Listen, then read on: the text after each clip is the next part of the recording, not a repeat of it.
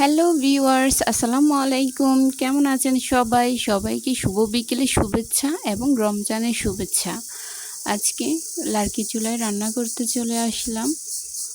দুই চুলাতে ২টা মাংস বসিয়ে দিলাম। এটা হচ্ছে মুরগির মাংস, আরেকটা হচ্ছে ড্রাক পাখির মাংস রান্না করতেছি।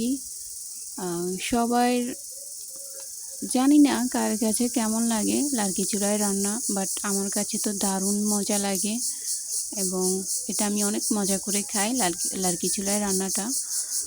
আর এই যে এখানে ইফতারের জন্য বুট ভাজলাম, তারপর হচ্ছে যে মাছ দিয়ে টমেটো ভর্তা করলাম, যেটা কিনা খেতে ভীষণ মজার।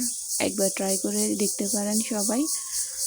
আর ভাত সিদ্ধ হয়ে গেছে আমার, বাকিগুলা এখনো অনেক রান্নাই বাকি আছে, সবগুলো ইনশাল্লাহ অতি দ্রুত শেষ করব।